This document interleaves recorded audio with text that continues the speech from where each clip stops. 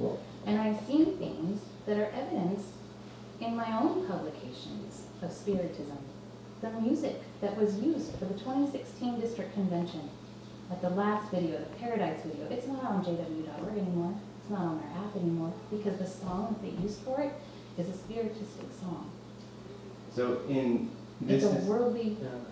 So in this discussion, I can tell this is extremely emotional, and it should be, because think about this situation here: is you're a mother with children, and look what Eve's decision cost her children. I know, and so if I stay in an organization. So we're sympathizing with that fact that this is a weighs heavy on you. This is a life-changing thing that you're dealing with right here. It is, and it's really hard, and to not see you guys for 4 months has been really, really hard. Listen. All apologies, Jennifer. One of the things that I love is in Jude, it says that no matter what, it says continue showing mercy to those that have doubts, trying to save them, snatch them out of the fire. Brother Graber, Brother Easton, Brother Harding, Brother Kirby, myself, from the time you guys got here, we've loved you and having your family here. We want you to see you guys make the right decision through all of this.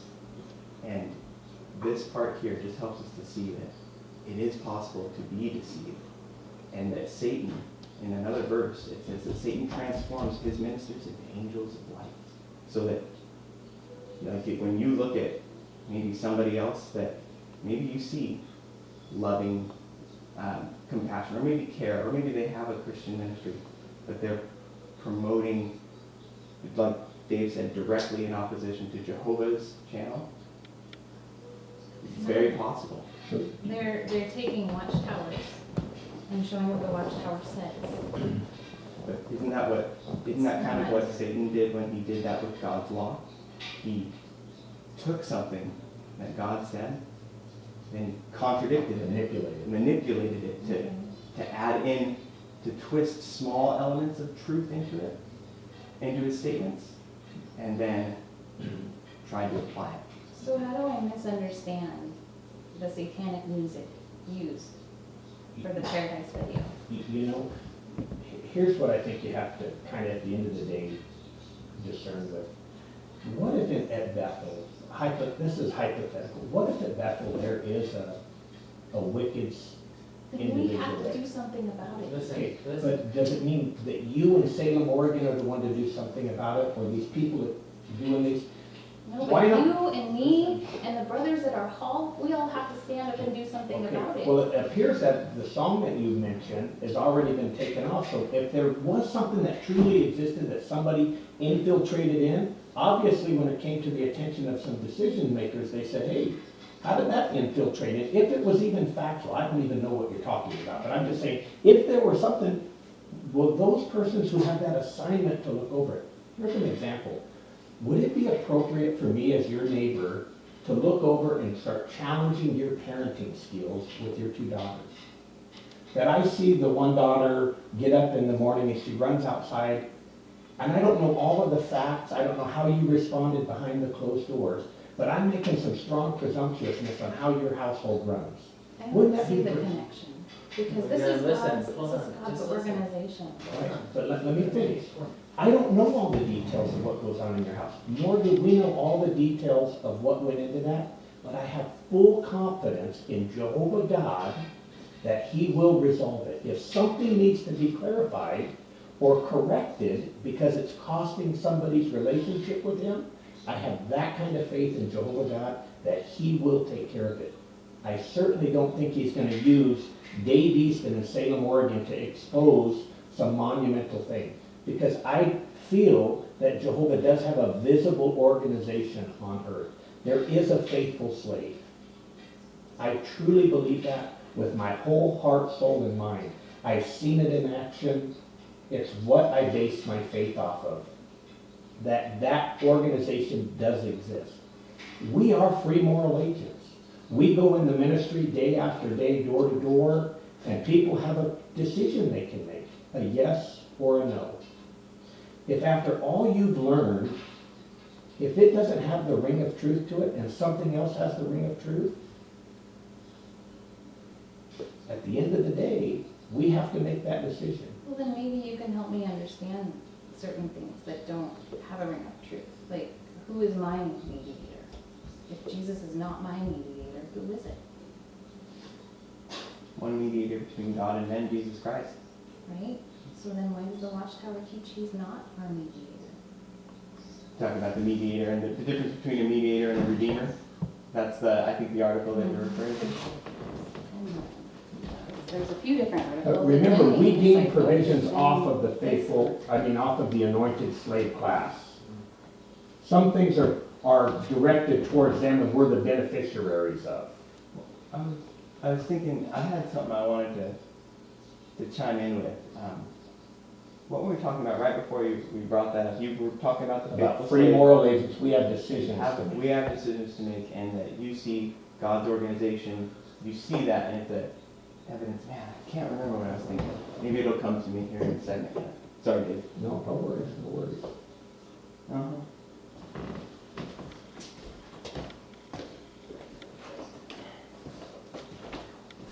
There are a few books that talk about earning.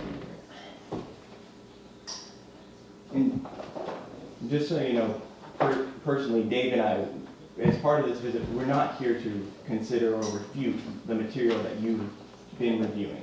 Like, personally for me, just as a personal expression, I look at that account with Eve, and I know that if Eve, a perfect woman, could be deceived, that if I lent myself to something like that, that I very well personally could be deceived. And now I remember what I was going to say, if it's all right. So we here today aren't to consider, as a personal choice. I'm not here to That's refute fine, that. that's fine. But what I was going to say is, it went back to how is Jehovah going to bring about those changes? And I just, as a diligent student of the Bible, you know the history of Israel. Mm-hmm. And all littered throughout Israel's history, what was happening? Every time they made a mistake, they went to false worship, they started disobeying Jehovah, he took action and he pulled his spirit away. Yeah. They didn't have his spirit anymore. So if there's things going on in the organization, we don't have God's spirit. So let's think about that for just a second here. Now let's revisit that. So now let's think of an example of how did Jehovah correct it? A lot of times he did it himself and it was immediately. There's the Oh, instance of is that- Moab, Not or always. many times. When wasn't it? Well, what about Manasseh? Manasseh's reign went on for years before something happened. Can we look it up? Well, you can't. We don't have the time today, but I would very much say yes. Look it up, Manasseh. Look up King Saul, look how long his. Because this is what I anointed need. I ruler need said. to look these things up with Yeah, you guys. no. I need to be treated like a Bible study. I need the time. Not just, 4 months and you promised you're going to give me some information and then you never give it to me. Like, that's really heartbreaking. Well, And you we ignore my did text messages? I've never I am ignored really any. hurt. I I've am. never ignored our text message.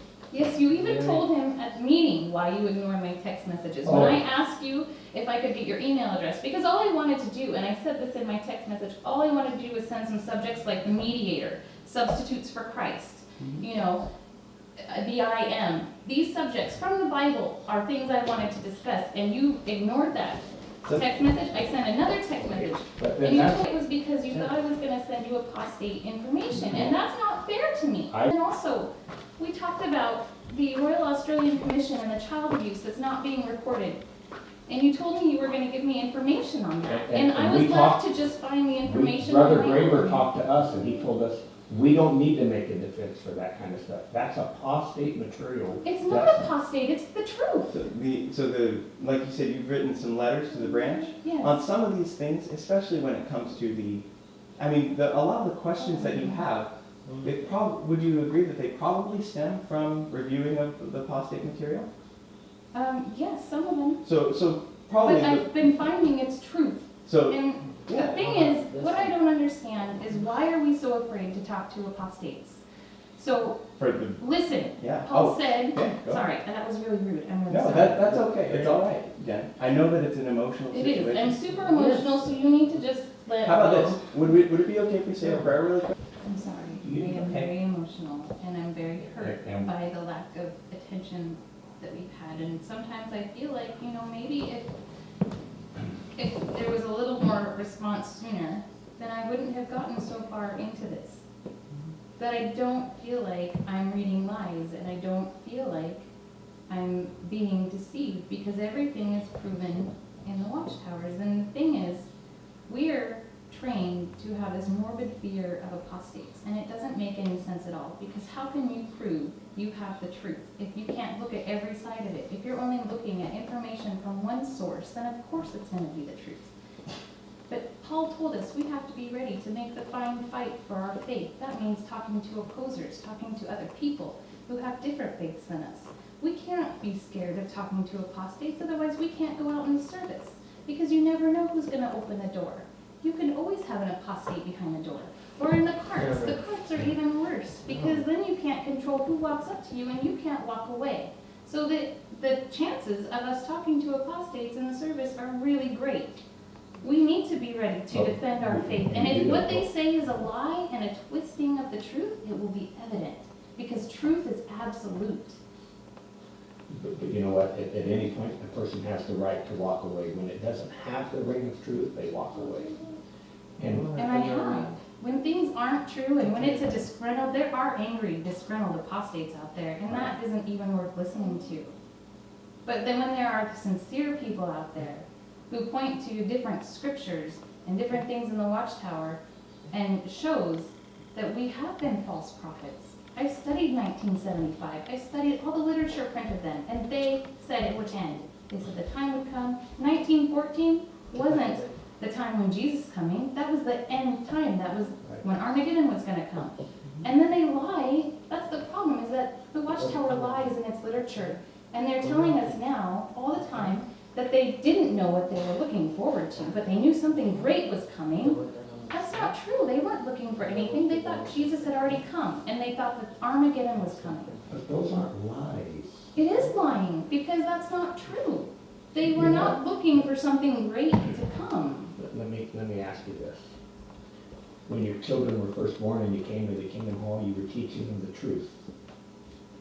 I was And- teaching them what I was taught. So were you lying to them? In essence, time or